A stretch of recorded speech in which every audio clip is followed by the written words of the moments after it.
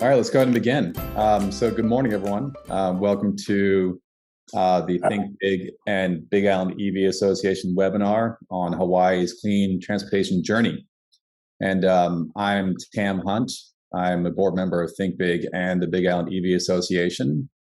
And I'm joined here by my fellow board member, Noelle Morin, a board member of both organizations also. Noelle, can you spotlight yourself briefly? Great. There we go. So welcome. And today we're going to talk about various aspects of decarbonizing the Big Island's transportation system, looking at things like electric vehicle infrastructure, mass transit, and VMT reduction. VMT, of course, being vehicle miles traveled, the state and county fleet transition, etc. We've got a great panel with John Ando, the County of Hawaii Mass Transit Administrator, Riley Saito, the energy specialist for the County of Hawaii, Research and Development Department. Robin Shishido is the engineering program manager at the Hawaii Department of Transportation. Mako Colon is the manager and runs electrification of transportation policy and program development for Hawaiian Electric. And last but not least, Heather Kimball, our colleague, who is also the Hawaii County Council member for District 1. She's a board member of Think Big. So let me say a couple things about Think Big, and I'll let Noelle actually introduce the BIEVA. Think Big is a 2-year-old organization, and it stands for Think Big Island Green, and we're focused on resiliency, equity, and sustainability for the County of Hawaii. So very specific in our mission. And that includes a lot of things from energy and transportation to solid waste to open space. This webinar, of course, is focused on transportation and related energy issues and decarbonization. Noelle, would you like to say a couple things about BIEVA? Yes, Big Island EV it has been around since 2012 or so. We're essentially an advocacy group for clean transportation, specifically electric vehicles. And we've been involved in public education as well as policy. We were the original chapter for the Electric Vehicle Association, a national group. And recently we have merged together with other clubs across the state to form Hawaii Electric Vehicle Association. And I'm really glad that we have this conversation today. There's a lot to learn about clean transportation, and as we'll hear today, it's not just about electric vehicles. There's so much more that we need to do to decarbonize our economy and create a sustainable future. So thanks very much. Great. Thanks, Noelle. And we're going to start off today with our keynote. And our keynote today is Kathleen Rooney. She's the Director of Transportation Policy and Programs at the Ulupono Initiative. She has over 15 years of national experience in transportation and planning, and she's a vocal advocate for multimodal transportation. She's been instrumental in policies and projects designed to increase micromobility and enhance pedestrian safety. So without further You cut out, Tim. I'm going to start. Is the screen showing the way it's supposed to? Not yet. Yeah, all right. Okay. Yes. Just always like to make sure. So, well, thank you so much. Aloha this morning. And I'm really excited to sort of set the stage for the panelists. This is a great group of people. And I think we have, so much happening in Hawaii and in Hawaii County.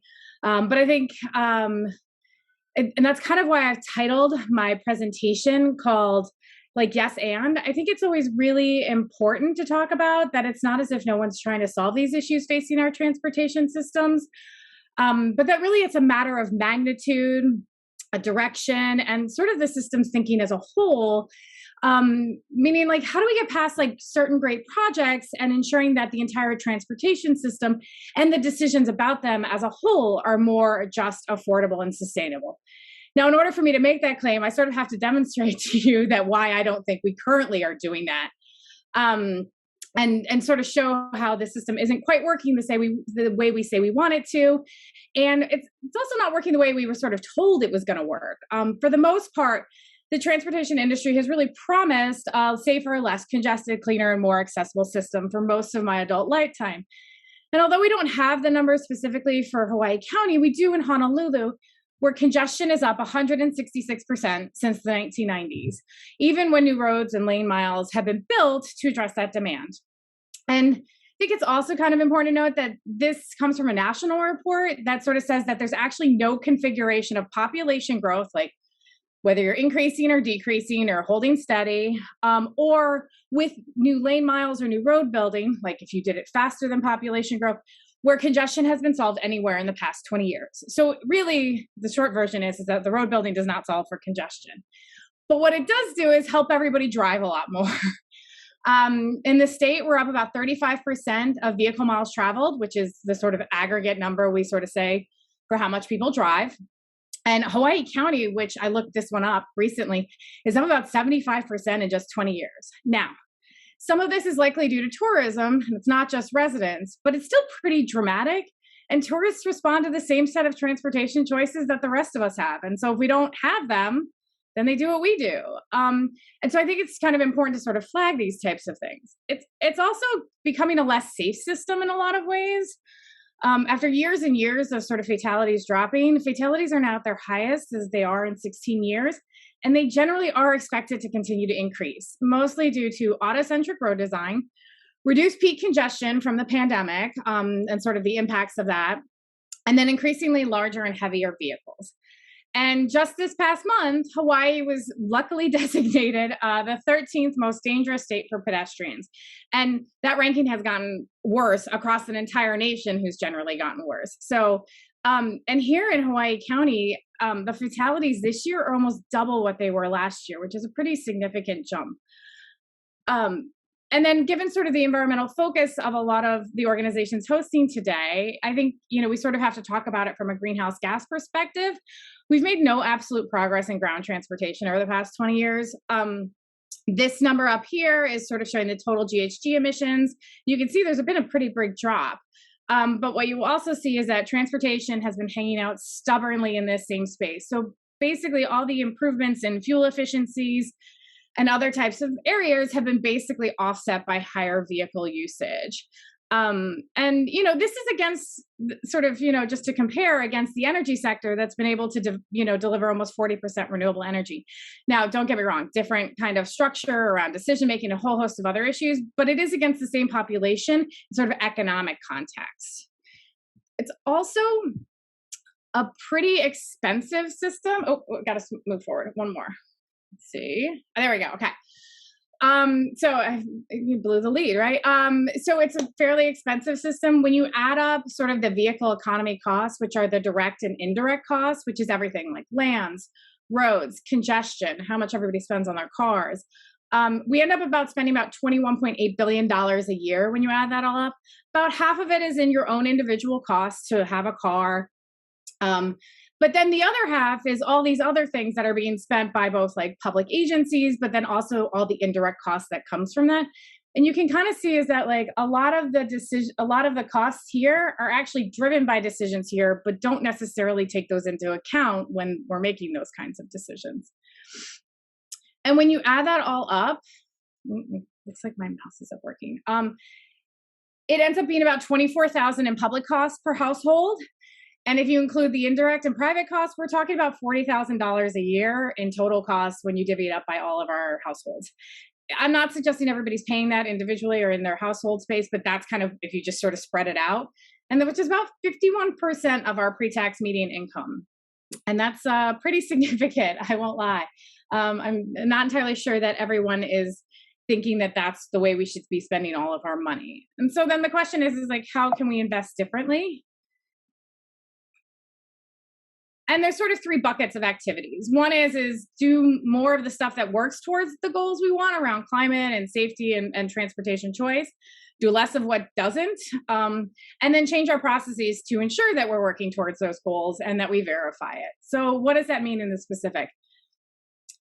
Really investing more in sustainable choices first, meaning more walking, biking, rolling, transit, scooters, golf carts, shuttles, things that haven't even popped up yet. These are some examples of that here on Hawaii County. This new one I love, by the way. I'm just going to shout out to this. I think this one is in, this one's in Keikaha. I think, actually. Maybe I'm wrong, though, now that I say that. But, really just putting those first and foremost. And then we electrify everything else that's on the road. And ideally, we're talking about shared vehicles, freight vehicles, those types of things that we think are really sort of necessary and not likely to be available for some of these other sustainable mode shifts. The next one is reduce choice limiting projects. This means stopping building new roads. And I don't mean just new roads across the board. Occasionally, there are reasons we need to put those in, but we really have to pay attention to make sure that we're moving more people when we invest in these new roads, rather than just creating new ways for people to sit in traffic, which is historically how it's played out. It also means getting rid of costly parking subsidies on development and within public sort of transportation projects as well. There's a lot of money and a lot of choice taken out of the system because we essentially force people to pay for parking that they may or may not use. And essentially what all these decisions have in common is that we are pretending to support a larger multimodal system, but really we're just emphasizing one at the end of the day. And then, so there's my fun graphic. And then employing better processes. We really have to have a better feedback loop about whether or not decision-making actually does reflect these, and not just in theory or in spirit or, conceptually, but do they really do that? Do we know the things that are helping get to these types of goals around carbon net neutrality, zero fatalities, 150 miles of safe and low stress active transportation infrastructure, complete streets project in every street? Because what we do see is that people will talk about these things, but then the overarching solutions and decisions that are being made don't necessarily support that. Another one is doing more quick builds across all sites of projects. Let's test out the designs. Let's make that space. Let's reconfigure the roadway. Let's not wait 13 years for one construction project. All these types of things that we can try right now. Getting new transportation choices. Bike share on the Big Island is a really great example of that. Putting out a new service now. And then we have to evaluate it left and right. This is an example of EcoCounter, where you just kind of put up the tracking to find out, are more people walking and biking? Are we making our areas less safe? Are we getting folks to feel more comfortable and to try on these new areas? Are we putting complete streets elements on every project and all these types of things? So that's it for me. And hopefully this helps set the stage for a really great conversation. There's a lot of amazing stuff happening in Hawaii County. And I'm really excited to see what happens next.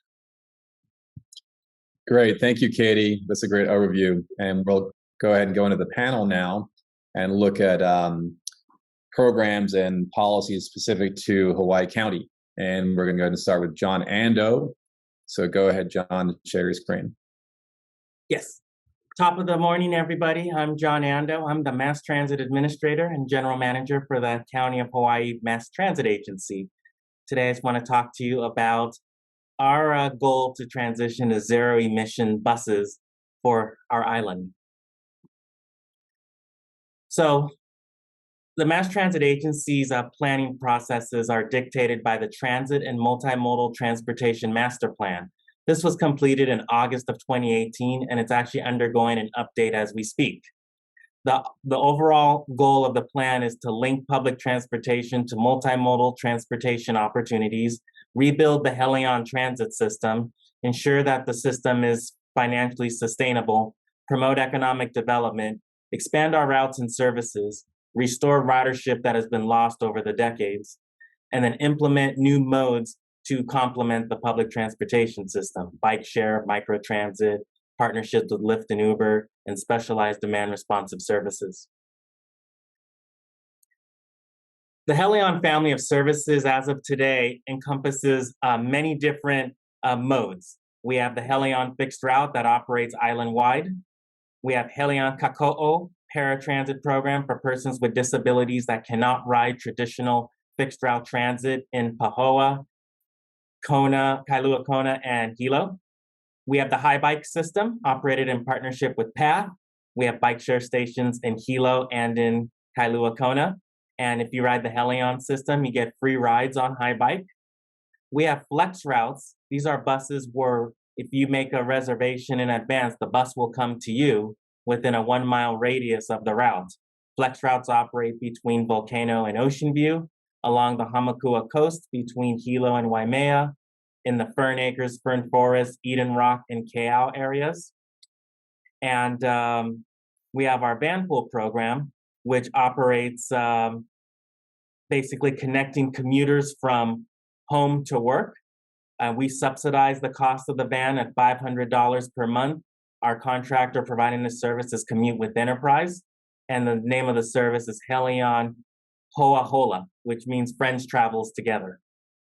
We have launched a carpooling program that's being done in conjunction with the Hawaii Department of Transportation, utilizing their high rideshare system. And this encourages community-based carpooling for people that need to get around the island when the various transportation modes do not make sense.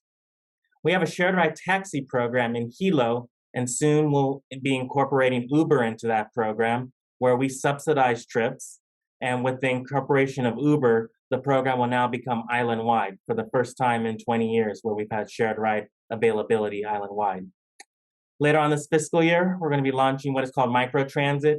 These are going to be zonal-based demand-responsive services in the Puna and Kau districts, particularly serving the large subdivisions that allow people to connect to traditional Helion service, have door-to-door service within the subdivisions, and be able to access shopping and other quality of life opportunities.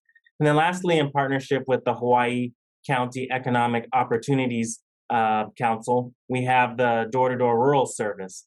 And that service provides door-to-door services in areas where there's very limited public transportation options. It's open to everybody, and it runs weekdays from 6 in the morning to about 4:30.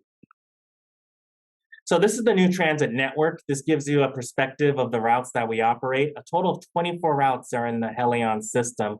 14 of those routes now operate on Sundays and holidays, which is an increase from 3 before. We have later evening service until 10 p.m. We have interim hubs. We operate in a hub and spoke manner. So you have hubs in Kona, at the Parker Ranch in Waimea, Punakai Shopping Center in Pahoa, Kayal, and Keaho Shopping Center in Kailua Kona. We have circulators that operate in Waimea, Hilo, Pahoa, and Kailua Kona, which feed into these hubs. We've increased our bus services to the airports, particularly Kona International now has 6 routes going there 7 days a week. We also serve the Waimea Airport, and we also serve the Hilo Airport. 3 express routes crossing the islands, Blue Line from Hilo to Kailua Kona via Daniel K. Nui Highway, Green Line from Honoka'a to Waimea to Kailua Kona, and then the Red Line from Hilo to Hawaii Volcanoes National Park. Paratransit services added in the Pahoa area, flex route services, as I mentioned previously, in various areas where traditional bus service doesn't make sense. And we have a trolley to promote visitation along Ali'i Drive between Kona Commons and the Keaho Shopping Center. We're continuing to build passenger amenities. We are in the process of doing planning work to build transit hubs in Kailua Kona and in Pahoa and make enhancements to the Mo'ohea bus terminal. We are undergoing an ADA inventory right now, and as part of that ADA inventory, we're going to be working with HDOT, County Public Works, to establish formal bus stops with signs, benches, shelters, information, so people know exactly where to catch a Helion bus, and transition away from the system where people would just wave their hands to catch a bus. This will make the transit system safe and ensure that people have the ability to access our services. And then, of course, add information technology systems to our transportation bus stops so people know when the bus is actually going to come. We're also getting aggressive into technology. We have implemented automatic vehicle locating system at myhelionbus.org, and we're testing that on 4 buses, and we're going to be adding that on another 8 more buses coming online, and soon the entire system. Our contractor with Roberts Hawaii utilizes a Green Road application so that from a dispatching perspective, they know where all the buses are island-wide, so when people call asking for bus updates, they can give information in a quick manner. Right now, we're fare-free, and we're fare-free until December 31st of 2025. However, should fares resume, we have a relationship with Token Transit where people can actually pay for their bus fares on a mobile app using credit card. We just launched a mobility as a service app with Move It and Transit, where you can actually plan your trip on the Helion system, unlock high bikes, and schedule Uber trips. We launched credit card sales so people can pay like for their taxi permits and taxi coupons at our facilities utilizing credit cards. We're about to redesign the HelionBus.org website to be more easy to navigate and obtain additional information and be ADA compliant.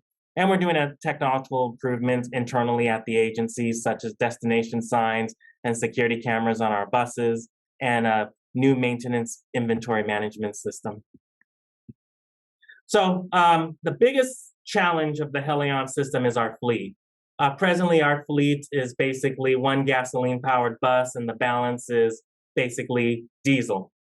And we have enough grant funds to replace the entire transit fleet, and we're undergoing that process as we speak. Our current fleet right now is 17.8 years old on average, because most of our buses were donated to us from the city and county of Honolulu and the county of Maui. And then we have some older county buses that have been in operation since the early 2000s.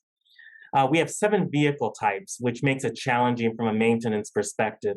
And our last bus purchase was in 2020. And then prior to that was in 2015. Once we replace the entire fleet over the next 2 years, our average age will drop to 2.3 years.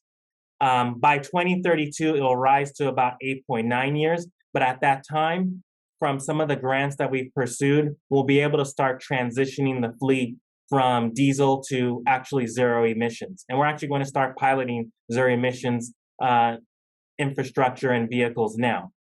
As part of this transition to get to 100% zero emissions by 2035, we are phasing out diesel in favor of battery electric, diesel electric hybrid, and hydrogen buses.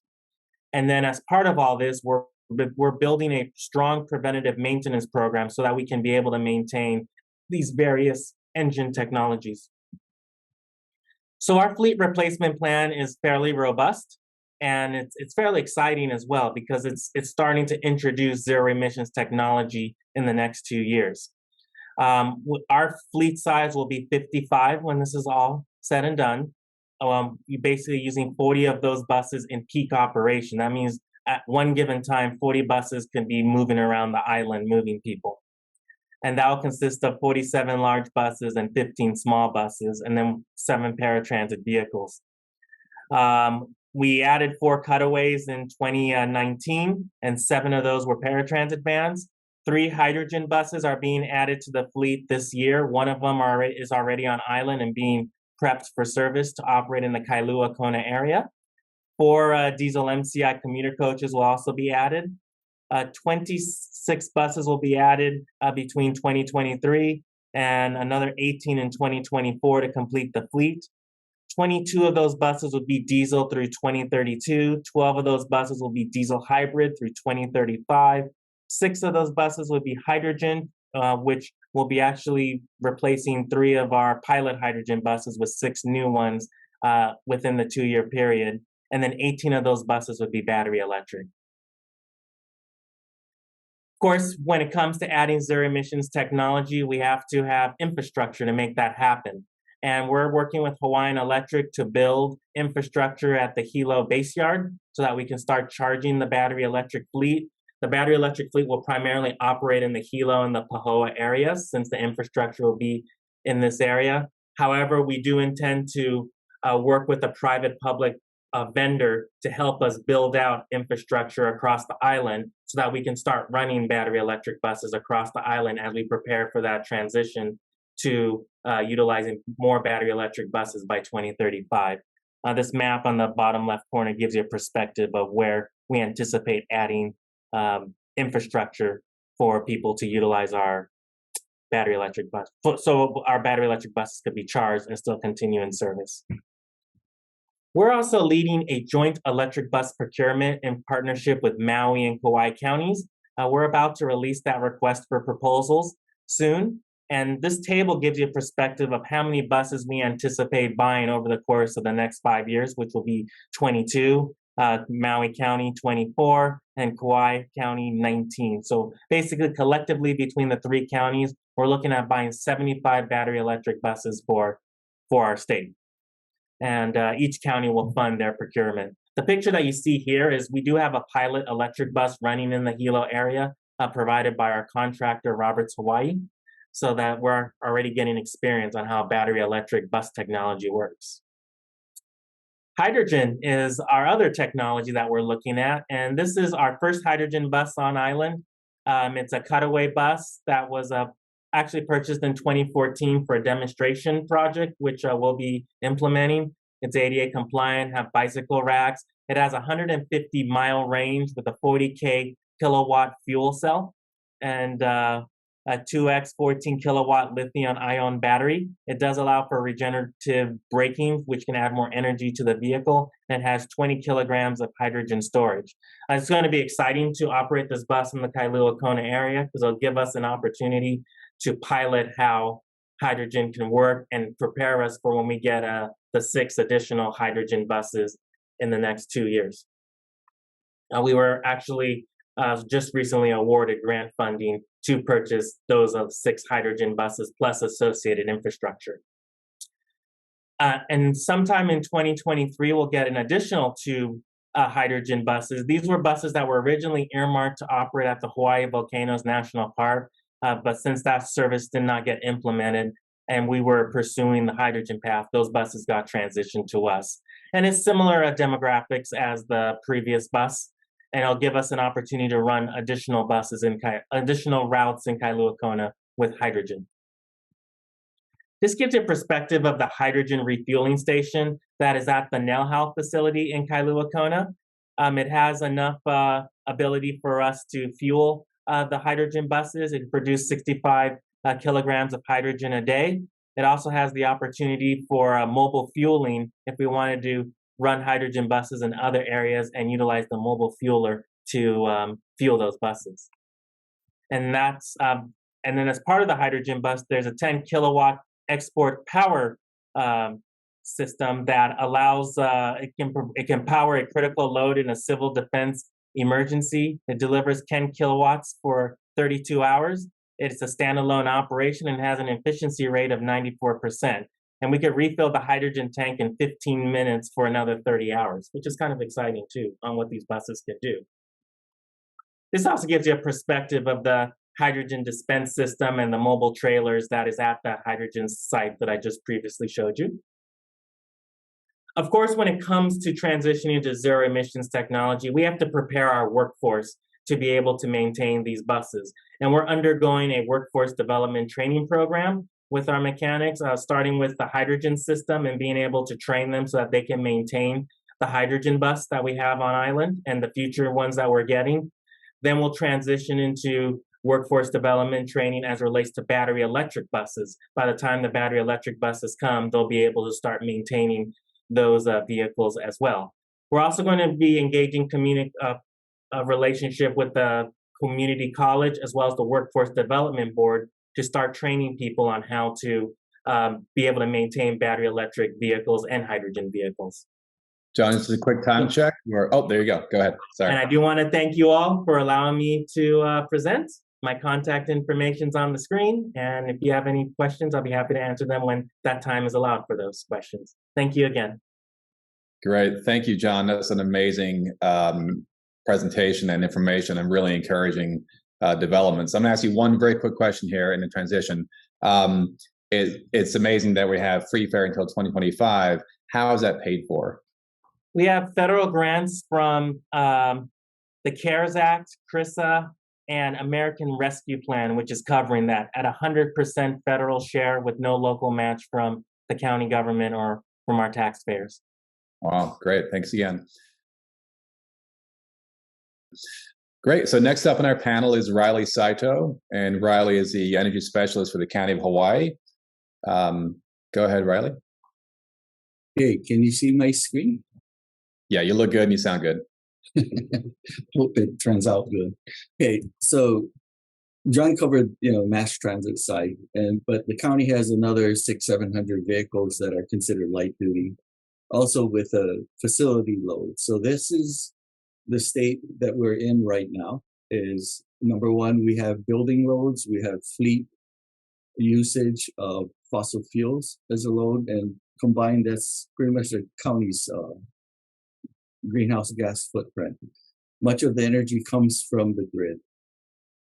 So we are in the process of, I'll show 2 and 3, because we're working on this currently, have been for a couple of years now, and looking at the assessment of our facility load, which draws from the grid, and looking at how to become more efficient in the use of energy, electricity. By that evaluation, the initial look should be done within a couple of weeks. We're looking at all the various county facilities along with a 2-year load performance. In parallel with the vehicle fleets, we're looking at how to transform the fleet to zero emissions amongst the various county departments, and potentially having that fleet vehicle being shared. As Katie mentioned, shared use, you have less assets and you have higher productivity of zero emission vehicle miles being actually traveled. So that, in number 3, it'll actually increase the amount of energy needed at the facilities where the vehicles are overnighted.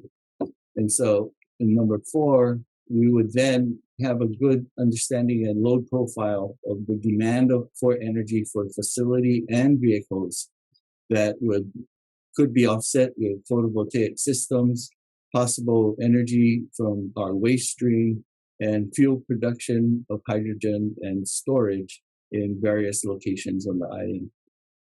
So here's on the picture on the right is pretty much how we operate. DEM is Department of Environmental Management, Public Works, Park and Rec, and Aging, going clockwise. And each department operates pretty much on their own budget, their own management team. They all have their own fleet. They all pay their own electric bills, and so I have little notes. I won't read them, but facts on the various fleet analysis. That, like, the oldest car in DEM is from 1992. We still try and run it and repair it. We are also on the lower left-hand side. We have biogas loss from our landfills, that both the closed landfill and the open landfill, that could actually provide 2.8 million bus miles a year. And we, based on the routes that John had projected, operating that fleet is about 3 million miles. So from our current waste stream and greenhouse gas emissions, we possibly could power enough energy or produce enough energy to operate the entire fleet. So here on the right side, the idea is to lower, you see now we've got zero emission green cars, less of them. These cars, these vehicles and pickup trucks are used on a shared use basis. So each department would then we'd have our own internal Uber system where we're reserving cars and utilizing them right now, on a shared use basis. On a siloed basis, currently, the vehicles are used only Monday through Friday between, say, 7 a.m., 5 p.m., and they're not used on weekends, holidays, which is about 117 days a year on an election year. And they're all fossil fuel based, internal combustion engine vehicles. So we would then bring in the PV and battery systems, hydrogen fueling stations on site, and move toward having the vehicle miles be zero emission from a renewable energy source. So give me a moment. I'm going to change to, so can you see that? Yes. Crash to treasure. So looking at our waste stream, basically from what is I call biomass, and it includes green waste, and about 60-70% of our waste stream on the island is is bio in nature. And so we have our current Hilo landfill that's closed, that's estimates are spewing out methane, and this is EPA compliant as a closed landfill that was grandfathered from certain environmental requirements. And so that leaches about 300 standard cubic feet per minute of methane into the atmosphere. And we have our wastewater treatment plant, which produces about 25 tons of waste sludge per week, 25 tons that we actually transport to the landfill in West Hawaii and bury it. And then that would result in carbon emissions of methane from the breakdown in the landfill. Currently, the landfill, it's about 270 standard cubic feet of methane that we, according to EPA, flare, because flaring the methane reduces the carbon output by 28 times. And so this is our current condition right now, situation. But methane could be used to produce electricity. And this is, there's no incineration involved, and it doesn't involve steam reform. And it actually uses the heat to run a steam generator that would, well, first, you have the methane through anaerobic digestion. Then we clean the methane in order to flare it, or you burn it to produce electricity. Now, this power generator is actually an electrolyzer. That electrolyzer could run off of wind, solar, geothermal, and other sources of energy. Through electrolysis, you produce hydrogen from water. In cleaning the methane, you capture the carbon, and we're looking at potentially using that carbon combined with hydrogen to produce airline fuel. So on the bottom here, we have our own fuel source that we currently have. We're not utilizing. We utilize that fuel source. We can keep the methane and replace propane, which we currently pay, well, in December, before Russia, Ukraine, the propane was $5.10 for 100 cubic feet of propane. That's what our residents were paying. Now, the methane estimates, we can produce methane at about $2 to $3 for 100 cubic feet. On the mainland, continental US, the methane at the $5.10 for us, it was under $2 100 cubic feet. But we have all that supply chain profit layering of transporting the gas, and so it ends up as a very expensive use energy source for our residents. We could keep it at methane, or we can use it to actually produce a transportable fuel like hydrogen that can run electric generation. It can run vehicles. It can be used as stored energy in various emergency facilities for electricity generation, and it can produce airline fuel. So we're looking at, a long-term look at hydrogen being the long-term or long shot, so to speak, permanent solution for energy in Hawaii. That's what I have. Great. Thank you, Riley. Great stuff. And really, again, excited to see what the county is doing on many different fronts.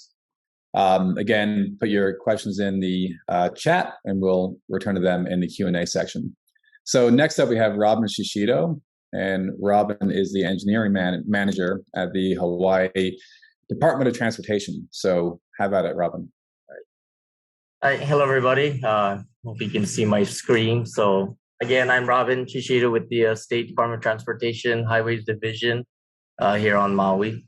So today I'll talk about how the DOT Highways Division is going about transitioning our fleet from ICE vehicles to EV vehicles. So as we know, last year there was legislation passed that required state agencies, to meet some light duty motor vehicles being converted to electric vehicles. And for us at the State Highways Division, we wanted to be leaders in this. So we actually started our fleet convergence back in 2019. And just a little bit history on our fleet. We have about a little over 300 light duty vehicles. And, with everybody else, as they mentioned, we have a lot of aging fleet within our vehicles. And what we have seen over the last couple of years, especially, is the maintenance of these vehicles has been increasing. And especially this year, with supply chain issues going even more. Just a little bit of photos of the kind of vehicles that we have and we've been having to maintain over the years to, upkeep within our maintenance section. So you can see very beat up old vehicles. Again, as I mentioned, looking at cost of these vehicles to maintain, we're spending probably an average of about $2,500 per vehicle. So that's real costly just to upkeep. And in 2019, again, we purchased 4 electric vehicles. And what we found is, with purchasing these vehicles and having the charging infrastructure installed, it was costing at least about like $60,000 to $65,000 per vehicle. So for us, when we wanted to convert our fleets, looking at a large scale, it would have cost us a lot of money up front. But what we did see with these 4 electric vehicles, our maintenance cost was really down. Only $55 for the first year for these 4 vehicles combined. So we looked at different ways of, how we can convert our fleet sooner than later, and looking at a cost feasibility way. So what we did was released a contract that allowed us to get vehicles and charging infrastructure as a service. Just basically means we wouldn't own anything and have to put any capital up front, but just pay like a monthly usage fee. And with this contract, we also opened it up to all other state and county agencies, and almost everybody signed a cooperative purchase agreement and was allowed to use the contract. Again, with this contract, it was a 10-year contract, and within that period, you could issue a service addendum to get any kind of service you wanted. Especially in this time where technology is improving, with trucks coming on board and even equipment. This contract would allow us to, obtain those services as they became available. So in 2021, we issued our first service addendum to obtain 42 electric vehicles.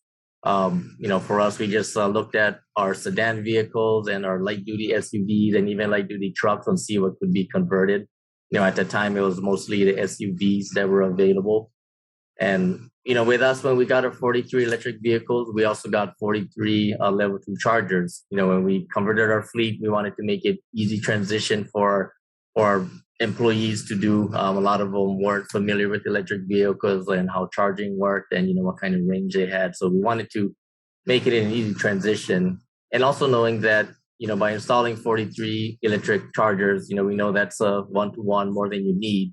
But it would also allow us to add on more vehicles and not have to worry about the charging infrastructure as we moved on. So we got our first vehicles in April 2021, and by September 2021, we got all 43. And also when we looked at our 43 vehicles that we obtained, we also looked at right-sizing our fleet. So we got rid of more ICE vehicles than we actually obtained, and also look at our usage and can better fit our fleet to our needs. Just a couple months ago, we also issued an NTP to obtain the Ford Lightning truck. The first commercial available trucks available. We looked at getting 128, but as we all know what we're seeing out there, the manufacturers are not able to produce, to keep up with the demand. But we hope to get at least 40 in the next 6 to 12 months, at least get our fleet going. And maybe at that time, I think Chevy Silverados will also be available. So we have more options that we can, modify our fleet and obtain. Something else that we're also doing is going to be putting energy systems at all of our base yards throughout the state. And this will include photovoltaic systems, battery storage, and power supply monitoring.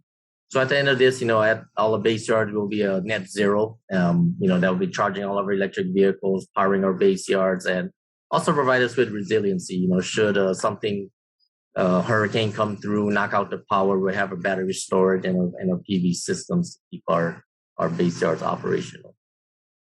So just looking at what we've done with our first year of having our electric vehicles, we traveled about a little over 200,000 miles, just roughly looking at some estimated fuel savings, especially now with the cost of gas, how it's been, a little over $11,000 in fuel savings. In the first year, we had zero maintenance costs. So looking at the average that we were spending on our ICE vehicles, that resulted in about $100,000 in savings. And, also prevented about 180,000 pounds of CO2 from entering the atmosphere. We're also able to utilize the state rebates that are available from the VW funds in the charges we utilize, so that help offset even some of the costs even more. There's some pictures. This is the cars we got. Ended up being Tesla Model Ys. When the contractor looked at what was available at that time with the Nissan Leafs, the Chevy Bolts, and the Tesla Model Ys, it was the best value.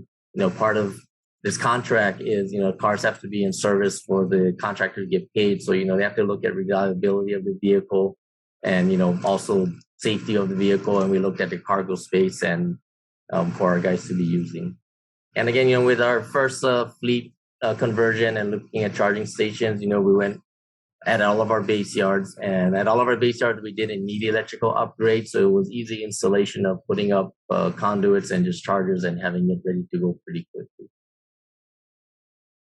So again, these cars that we have, they're working vehicles for us. This is a car that our lab has. We're able to hook up a it's called an inertial profiler. It measures the smoothness of our pavements. So whenever we put new roads out there, contractor has to meet requirements, and this device measures that quality of the pavement that put out. So these vehicles, again, they're part of our working fleet. A lot of our construction staff actually use them, since a lot of roads we do are just maintaining our existing.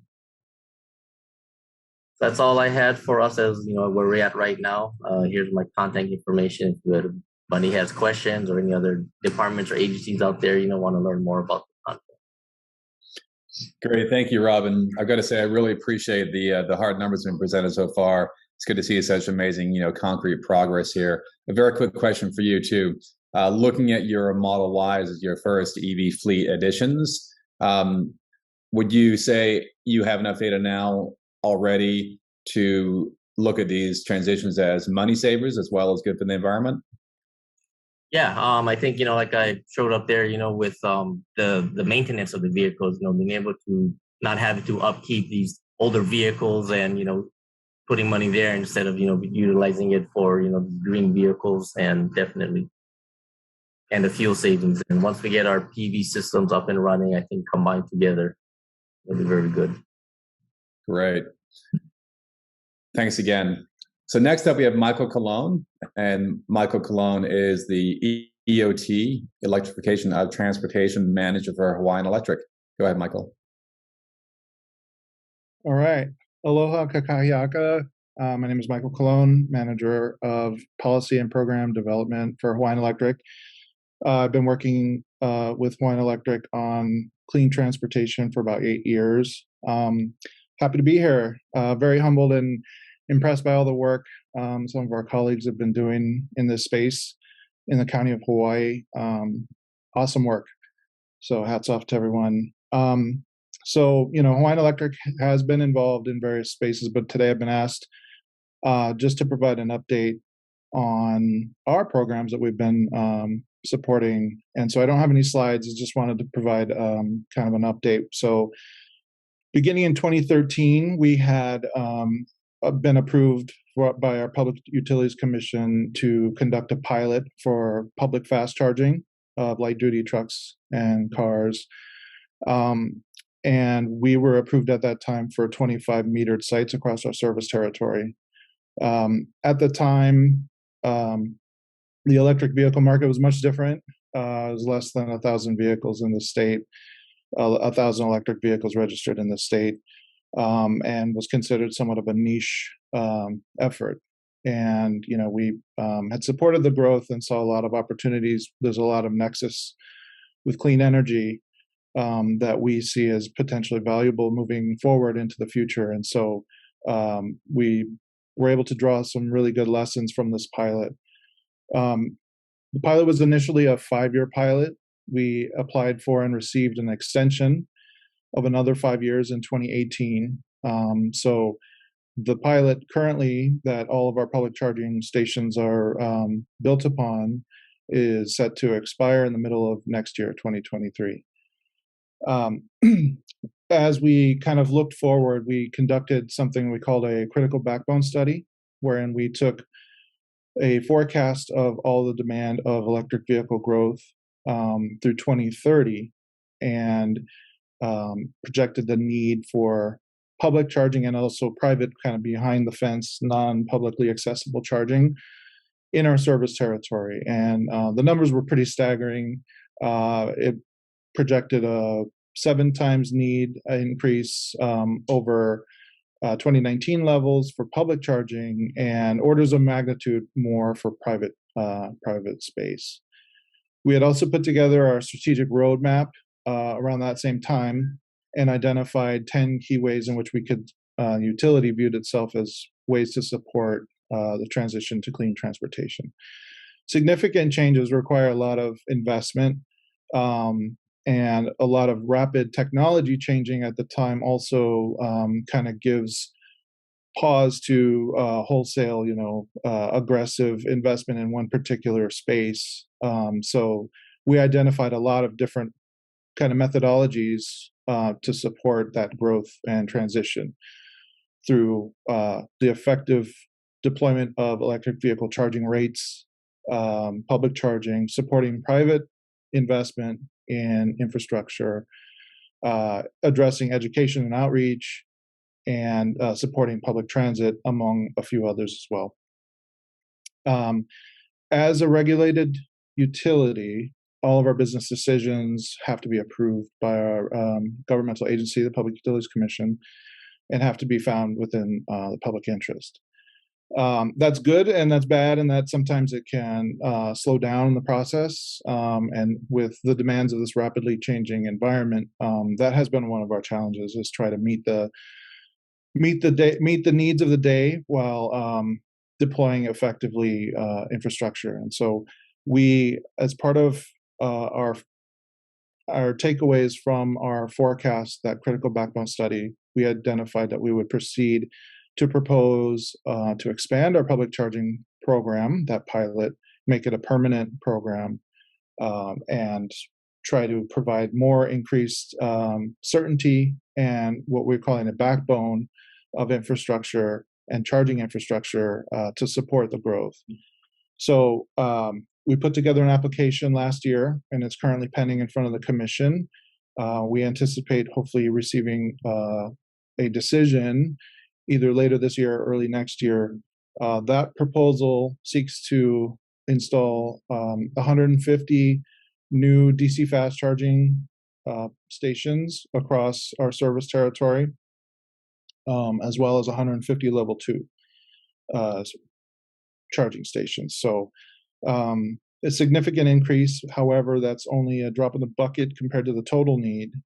So part of the awareness that we are carrying is trying to find the right balance between utilities' influence as a large stakeholder in the state, but also providing a pathway for additional investments from non-utility investors that can also carry and support and take advantage of other types of funding mechanisms and funding opportunities as well.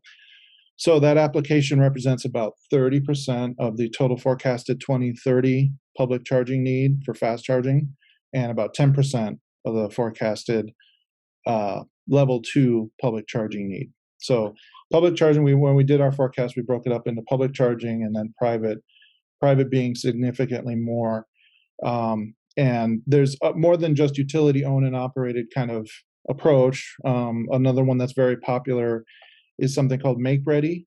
I'm not sure if everyone's familiar with what that term means, but essentially it's an approach that's commonly used across the mainland and everywhere, a lot of places right now. It's where electric utilities can provide support for the development of infrastructure by building essentially all the infrastructure up to the charge station itself. So that will help defray some of the costs of deploying, a significant amount of the cost.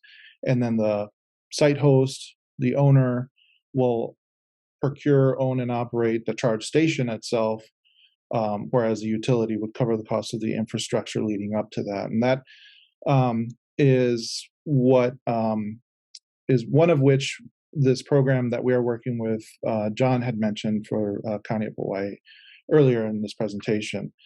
Also, we applied this Make Ready as a pilot that just launched this year. It's a small pilot, however, we anticipate scaling it up shortly after the pilot wraps up. It's a short pilot; it's only 3 years. As well as there's a commercial pilot for the similar concept, Make Ready. We're calling Charge Up Hawaii, which is going to launch later this year. So both of those two pilots, we hope to get some quick wins. It's slightly different approach than what we've been doing with our public charging program. So we want to understand kind of what the needs are from participants, customers, and the like in terms of how best to implement this program. And then we will scale that up as to a larger scale. So kind of another pillar of this charging infrastructure support. And we think that will also be pretty popular, not only from kind of the public space, but also in the private realm as well, and has a lot of different possibilities in terms of deployment. So, we're anticipating, commercial entities, whether that's, commercial locations or even condos and apartments who have different kinds of rate schedules can apply if they want to provide charging at their location. So it really be able to way to incentivize the deployment of that infrastructure much more quickly, coupled with some of the different incentives that we have in the state, rebates for charging infrastructure. We think there's really good opportunity to kind of scale this work up. One final thing that we've been doing recently, we also submitted an application and got approval for two new electric vehicle charging rates called EVJ and EVP. Those rates, one replaces a previous rate, and then there's just one new one. And both of those rates are designed to be much more competitive with the price of gasoline. It's really a desire to incentivize people to leverage those rates and save some money, and hopefully, convert more quickly and make those transitions. So that's kind of where we're at now as far as the applications and where we stand. So the public charger expansion, like I said, we're hoping to receive a decision by the end of this year, early next year. If we get approval, we would launch within 90 days. So start building new stations and identifying new locations. The Make Ready for electric bus has launched in February. We have applications, one of which is the County of Hawaii we're very excited about. And then the commercial Make Ready will launch later this year. By the end of this year, that should be up and running. And those new rates that I mentioned are already in place and available. So that's all I have. If anyone has any questions, we can take it at the end. Thank you so much. Thank you, Michael. Again, great progress. And just, a quick reflection on the time frame. I'm coming from working in California for a long time, and looking now in Hawaii and your time frames you're talking about, this seems actually pretty reasonable to me. So nice job, and good to see a lot of charges being deployed in just a few years. We'll save questions till the end here. Our last panelist is Heather Kimball, who is, as I mentioned, a board member for Think Big, but also has a day job, and she is the county council member for District 1. Go ahead, Heather. Thank you, Tam. And I just want to say thank you to everyone that has made the time to be on this call on this beautiful Saturday afternoon.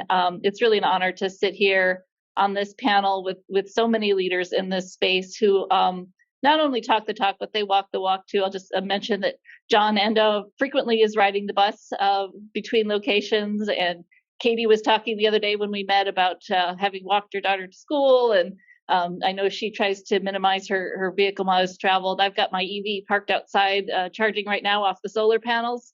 It is really just wonderful to see Hawaii moving forward in such a progressive way. And I just want to take the time to wrap up our discussion today to talk about, from the policy angle, how important that we include equity in the forefront of our decision making about how we proceed in electrifying our transportation sector, or decarbonizing our transportation sector. It's already pretty well established that when we talk about the adaptation side of things, those disadvantaged communities, lower income communities, Black and Brown communities, immigrant communities are already going to suffer to a greater extent due to the impacts of climate change. They're less likely to be able to pick up and move. They're more likely to have to become climate refugees and potentially immigrate to locations that already have disadvantageous policies towards immigrants. And in many cases, they have less access to funds to recover in the event of a weather emergency.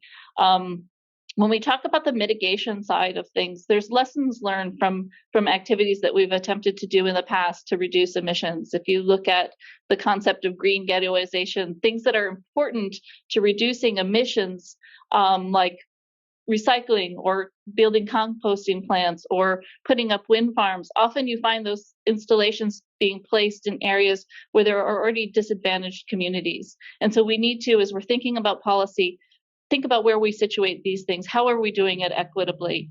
At the federal level, you've definitely seen a shift to including equity in decision-making around decarbonization. And I'll highlight in particular with the Infrastructure Reduction Act, the rebates that are being provided for electric vehicles are specifically targeted to lower and moderate income families.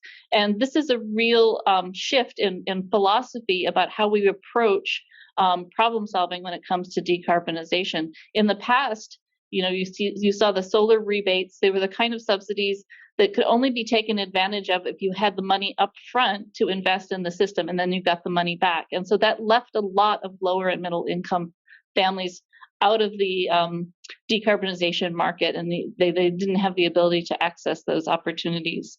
Thinking about the policies that we've talked about today, reducing vehicle miles traveled, making sure that affordable housing, workforce housing is actually being developed in already developed areas that are close to infrastructure, that are close to schools, hospitals, places of employment.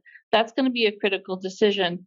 Also making sure that we're supporting multimodal transportation in those bedroom communities that already exist. So if you take HPP, for example, the cost of housing is much less expensive out there, but then they have to travel farther to get to all the critical services. So making sure that they have a reliable bus system that they can count on, and also those middle mile, last mile services like bike share and complete streets to utilize their own bikes and be able to walk. Those are critical decisions that we need to make. At the same time, we don't have to fall into, Katie mentioned this, the habit of, okay, we got to solve a traffic problem, let's build more roads. We do not want to create the opportunity to just create more traffic, to create more opportunities to drive. And along that lines, the council did discuss in this last year a fuel tax holiday, and it's something that I couldn't support because we actually don't want to subsidize at this point fossil fuel industry. And at this point, the key of including equity in decision making, when we think about our policies, I want to highlight particularly Bill 120 as an example of how we're doing that. Bill 120 is currently before the council. It has passed committee, its first hearing in council.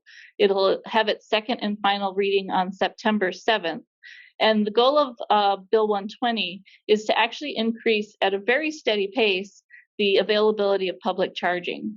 And while this is a climate change bill, and it's an environmental bill, and it's an air quality bill, we really focused on the fact that this is a key equity bill. If you have the capacity, if you're a wealthy household, you have the capacity to put a charger in your home. But if you are renting or you're living in an apartment complex, you don't have that same access to charging. And so the development of charging in public spaces is critical to make sure that our lower and moderate income families have access to the cost savings over a lifetime of owning an electric vehicle. On average, that cost savings is about $5,000 because you are not paying for those maintenance costs, you're not paying for gasoline, you're not subject to the flexibility that the volatility in the gas market. And so, as we presented this bill, which was a really collaborative project to the council, we're really focused on the fact that the need for public charging is something that is going to make the adoption of electric vehicles more equitable across the county. And so just quickly, I'll talk about the mechanics of 120. There is already the state law in place that says that parking lots with 100 stalls or more need to have one electric charging level 2. What our bill does is say that for existing lots, yes, you have the one electric charger as required by the state law, but for any new lots that are built or any lots that are modified, you have to put 2 level 2 chargers. In 2 more years, it will be 4 level chargers, and at another interval, it'll be 6 electric chargers, and then it'll go up to 8 electric chargers. In addition to that, the owners of the property may choose to substitute those level 2 chargers with 1 DC charger per 8 units. And this is for lots with 50 stalls, and it's for each increment of 50 stalls. And so the effort here is to rapidly increase that availability of public charging. And I couldn't say this couldn't happen at a better time. I did see a comment in the chat real quickly about the Infrastructure Act, the Inflation Reduction Act. Both of these have funds out there being made available for electric charging, both to create the local economy within the United States to develop the chargers, as well as providing subsidies and rebates to businesses to install those chargers. So passing this bill, which hopefully will happen on September 7th, really puts us in an excellent position to take advantages of all these federal funds that are being made available at this time. So that's where I'll conclude. I hope everybody will take the time to support Bill 120 when it's heard on the 7th of September. And again, thank you to the Think Big team and all of our panelists today for contributing to this really enlightening and encouraging conversation. Thank you, Tam. Thank you, Heather. Great stuff. And yeah, Noelle actually put a link for Bill 120 in the side. So if you want to chime in with your thoughts on that bill, please do so. So we're on time. We're doing well here. That's the end of the panel, and we're going to shift into the Q&A section now, which Noelle will moderate.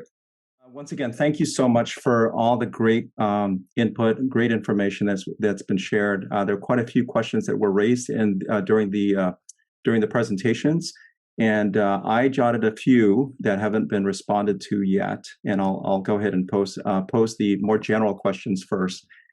And I think we have about 10 minutes for this segment. So the first question, and this is for everybody, and could we spotlight everybody as well? We need the other speakers. I'm working on it, Noelle. I can't find you. I think I may have. I'm already spotlit. Yes. Okay, got it. So it would just be the others. Got it. Okay. So the first question is, if Hawaii gets, and this is from John, if Hawaii gets its share of funding, and I should probably say when Hawaii gets its share of funding from the Inflation Reduction Act, how might it hasten the attainment of the objectives or enable the objectives to be expanded? And I'll just tag on to that, and that would be, what is the role that the government plays here, the state and county government play in enabling or maximizing the utilization of the funds that will come from the IRA? So I'll just open it up to everybody. Feel free to chime in. And Katie has her hand up. I think we've got to pay attention and make sure it actually does. A lot of times what I see is that people say like, oh, if we do this, clearly it will meet that objective. But a lot of times that's not actually what's happening. The Georgetown Climate Center has done a great analysis on the IIJA or the BIL up front, so the previous bigger infrastructure bill, saying that if it's just invested the exact same way as it was before, it's going to make climate change worse and climate mitigation even harder. So we've got to pay attention to it. We've got to put deliberate statements and plans and projects out there and then actually vet them for that happening. And we don't necessarily do that really well here. And to be fair, lots of people don't do this well. Like, we're not alone in this bucket or in this ship at all. But like, we can't just sort of assume that just because like logically it will solve that problem, that's actually what's going to happen. We have to go back to the things that we know actually do like create the climate future that we want. Sorry. Thank you, Katie. I'd like to also jump into that, but I'll have the others speak first. Go ahead, Heather. Yeah, no, I think Katie's right. We need to be actively right now positioning ourselves to actually do what these funds are intended to do, which means from my angle, my lens is looking at it from a legislative policy standpoint, is to make sure that we have the language in place that sets those priorities, that we can then use that as a justification, as an argument to go after those federal funds. I have been in some conversations with folks in DC and at the National Association of Counties about how to best position our county. And one of the things that has been made very clear to me is that we have to have already established in our own policies very clear objectives that we can align with those objectives of those grant funds to make ourselves more eligible to bring them to the county. Thanks, Heather. Anybody else would like to comment on that question? Okay, I'll just say like something really quick, just to add on to Katie what you just described. And it begs the question: how do we ensure that we don't end up with insanity, right? Like just doing more of the same stuff that we know doesn't work. So I think it's going to be really important to ensure that, one, we address root causes, and we do things like you described, right? Minimize the need for personal transport as an example. And what are the things that are going to be required to enable that as an example, just for the transportation piece. So thank you very much for that response. Let's see, I'm just going down the list here. There's one that just came in the chat.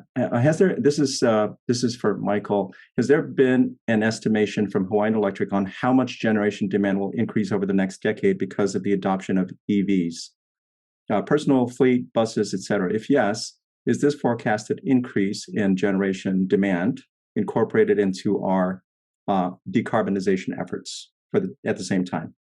So are we able to ensure that? And not only do we have the energy, but we're also, that energy is actually renewable energy, right? In response to what will be this incredible demand for electricity. Yes, it's a great question. And the answer is yes. We have a process called the Integrated Grid Planning process. Formerly, it's gone through a series of different changes of names over the years. But essentially, that's one of the main functions of the electric utilities to kind of forecast the demand. We're on the hook to provide 100% clean energy generation by 2045. And so that needs to be squared constantly between those two. The growth of EVs will present a challenge in terms of renewable energy procurement, but it also provides a fantastic opportunity because these are rolling batteries. I saw there was another question in there about trying to maximize renewables. Yes, all the rates are on something called a time of use rate, which the cheapest time to charge is during the day when solar electricity is most prevalent, and that's our cheapest cost to serve. So definitely that is something we are planning for, and that's kind of our number one obligation, is to make sure that we meet that demand at the time it's needed, and it has to be clean energy. One thing I did want to say also, tacking on to the incentive discussion, I think potentially maybe one of the roles of government also should be to help ensure that the monies that are spent and invested have a contingency or have a lifespan beyond just that initial investment. I think back to the TARP days, and there was some investment money in Hawaii for electric vehicle charging stations, and an entity called Better Place, some of you may remember, came and installed a bunch of charging stations and then eventually disappeared. And a lot of those charging stations went fallow and were broken and had nobody to replace or repair. And that was kind of our first, in the modern era, foray into electric vehicle charging, and it left a really bad taste in a lot of people's mouths. So having some, longevity to these investments is also crucial. So thank you. Thanks, Michael. We're probably going to have maybe two. Just as Sure. a quick follow-up to that, I just wanted to flag that the Hawaii Climate Change Commission and Mitigation and Adaptation Commission, right, mouthful, actually sort of puts out there from Transcending the Oil Report that we need another 30%, essentially. Like that's the additional load that's going to come over if you switched everything over and didn't do any demand management with it. Sorry, I just thought that was important for this conversation. It's not my number, but that's what I've heard more recently. So. Thank you. Yeah, Thanks, Kate. there's a lot of caveats to that. I think but yeah, it's all based on a forecast, right? So if you look at the number of vehicles total right now, there's over 1 million registered vehicle cars, light duty cars and trucks in the state. Hawaiian Electric being most of the islands except for Kauai County is a large percentage of that. Now, I don't think there's going to be this wholesale turnover of all those vehicles. All the efforts that like Kathy was talking about really do matter, and in terms of reducing overall vehicle miles traveled. So that's also a component of this. So, but yes, the growth and the transition will be significant. Adding a new electric vehicle is essentially akin to adding a small household worth of electric demand onto the grid. So each car out there, you kind of look at it. You can look at it that way, depending on how much utilization there are per vehicle. Let me add real quick too, in our kind of working thinking at Think Big, we're assuming to reach 100% RPS and electrification of transportation, it's equivalent to a doubling of our electricity needs otherwise. And so rather than 100% RPS, given our today's situation, it's really equivalent to about a 200% RPS, just as a rough estimate. One thing to also consider is that if you look at the net energy need, right, you take into account fossil fuel inputs, all the electricity that's required, and so on and so forth. If you look at the net, it'll be interesting to see what that translates into, because electric vehicles and all these other strategies that we have to increase efficiency, right? It's building efficiency with appliances and HVACs. The electric vehicles in a similar boat. It's much more efficient than a gas vehicle. Again, not to say that we need to transition all 1-point-something million cars into electric, but if you have to drive a personal car or drive a work vehicle, it is ideally electric because of that efficiency piece. I'd like to keep us moving because we're going to be wrapping up soon. And thank you, Jim. So this is John. This is for you. So what we heard earlier was so fascinating, right? It's like we went from almost nothing to a whole bunch of somethings, right? In terms of all these programs, first, last mile, all these different services. We've got free, mass transit. The question is, what's being done to coordinate this with the other counties, or is there work that's being done with the other counties to ensure that the same or similar lessons that we're seeing here can translate into similar experiences and services in the other counties? Well, the county transit directors, we do talk from time to time on various things that we can coordinate and share ideas on. One is the joint electric bus procurement that we're leading with Maui and Kauai counties. Another is fare collection and possibly having the Holo card that's managed by the city and county of Honolulu be available to all counties. So as people travel between the islands, they can have one transit card with money on it that they can utilize on each of the transit systems, which can help possibly promote more people to use transit and reduce like rental cars from occurring when people are visiting between the islands. Those are the two biggest ones that we're working together on. And there's other minor stuff like we coordinate grant applications, we share unique operational parameters and ideas so that we can all efficiently run effective transit systems in our counties. Thank you, John. Tam, I'm going to hand this back to you. We have 5 minutes left, and we're going to be doing our closing. So you want to go ahead? And before we do that, there are still a number of questions that haven't been addressed. And what we'll do is we'll collect those, and in the report that we send out for the questions that haven't been responded to, we'll include the answers. So if you didn't get an answer to your question, we'll get those to you. Go ahead, Tam. Yeah, great Q&A, great discussion, great panel. Thanks everyone so much. So we're going to close with one final question for each panelist. Just speak, from the heart. What are you most excited about in this journey toward a decarbonized and far more resilient and energy independent transportation system? Let's start with Riley at the top of the screen.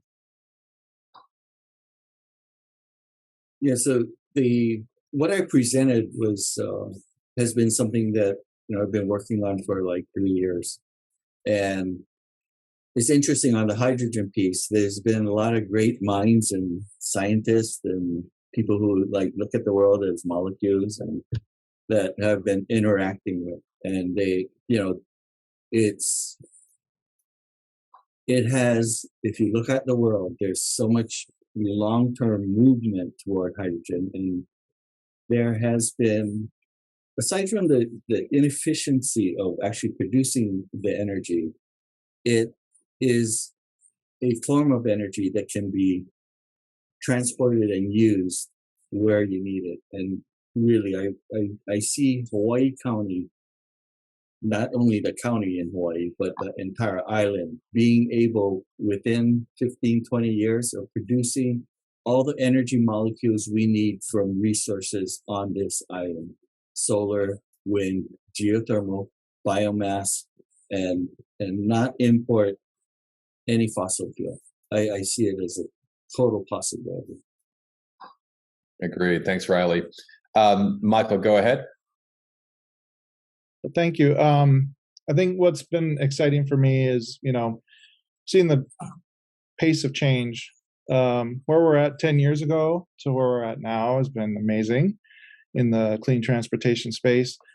Wait, another 10 years, where will we be? It'll be fantastic. And in the last couple of years, I've been so impressed with the work that everybody's doing on the Big Island. It's been almost overwhelming at times to see all the different ideas. You guys have some excellent ideas coming, and I love to see that. It's really encouraging, and it is hopeful. I think very shortly, the Big Island will be a case study for some of this work, being able to pull in different ideas, different sources, different concepts, different market approaches, and putting them all to work for you guys. It's going to be excellent. So just really happy to see that. You guys, hats off to you guys. You're doing great work. Thank you. Yeah, it's amazing how fast things can change once you really get, a focused and sustained effort. Robin, go ahead.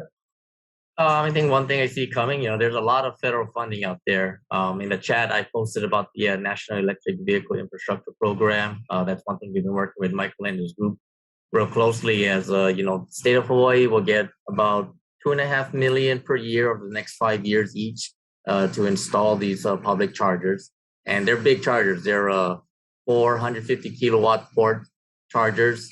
And once we meet the requirement, it will allow us to even put more chargers in there. Not at that level, I think that's real big chargers that we've been discussing with Michael and his group. But even with other federal programs, there's always little pieces in there that is tied to carbon reduction, and energy, clean energy, different things. Even in the Inflation Reduction Act, there's a piece in there about low carbon or emitting materials and stuff like that. We don't have the full details right now. We just have the snippets of the law. Also mentioned, there's a lot of grant programs. We keep track of when the notice of funding opportunities come out. And even with the NEVI funding, it's allowed for other folks like, HECO to go after these grants. And that one has a $2.5 billion. And there's grants for both community charging and corridor charging. So everybody just got to keep a lookout and see how we can obtain more funding for Hawaii. Great, lots of money coming down. John, go ahead. Seeing the transit and multimodal transportation master plan be fully implemented and provide a sustainable transportation system for this island for future generations to enjoy, I think will be the most exciting thing for us. Excellent, thank you. And Heather, go ahead. Thank you, Tim. And before I respond to that, I'm going to ask Michael and John to put their contact info in the chat. There have been a couple of requests for them. And then I'll just say, I'm so inspired by this panel. as a whole. And I just think there are so many enthusiastic, creative, intelligent folks that have decided to make addressing climate change, reducing carbon emissions, the focal point of their work and their efforts for the next generation, as John said. And, in addition to that, I'll just mention that last year that John had a competition with the rideshare bike system here between all the departments in the county to see who could get the most miles on the bikes. And I'm technically in the clerk's department. We were second to DPW. So what I'm most excited about is blowing DPW out of the water next year when you have the next competition. Thank Good you. luck. Well, thanks everyone. We're going to go ahead shortly. And that's it for today. So thanks again for participating, and we'll talk to you soon. Thanks, everybody. Aloha. Have a good weekend. Thank you, everyone. Have a great day.